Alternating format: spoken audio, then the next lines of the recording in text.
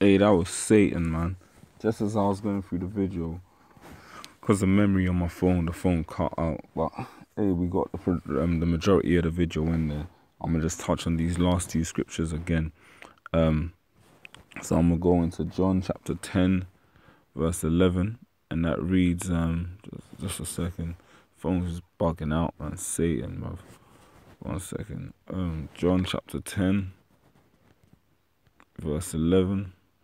And it reads, just a second, I am the good shepherd. The good shepherd giveth his life for the sheep. Hey, man. Yahushua, man, was the perfect example. He died for his elect. I mean, you know, every brother's got their lot to play, but ultimately, Yahushua literally gave the ultimate sacrifice, man.